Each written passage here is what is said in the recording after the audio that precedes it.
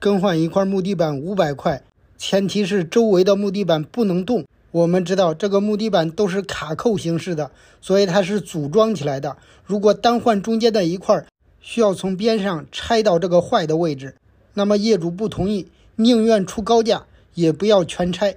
所以这一次木工用上了他压箱底的技术。我们看他是怎么做的，他先把坏掉的这个木地板这样给它踢掉，周围的不动，然后他怎么装是一个最重要的技术。所以呢，他先把拆的这一块地面上给清干净，一点垃圾不能有，完全清干净以后，他把这个木地板呢，把这个卡扣的地方全部给它切掉，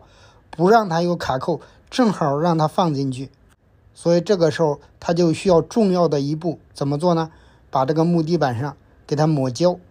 他用这个地板胶来粘，你看抹好胶以后直接往上一贴，这样就粘结牢固了。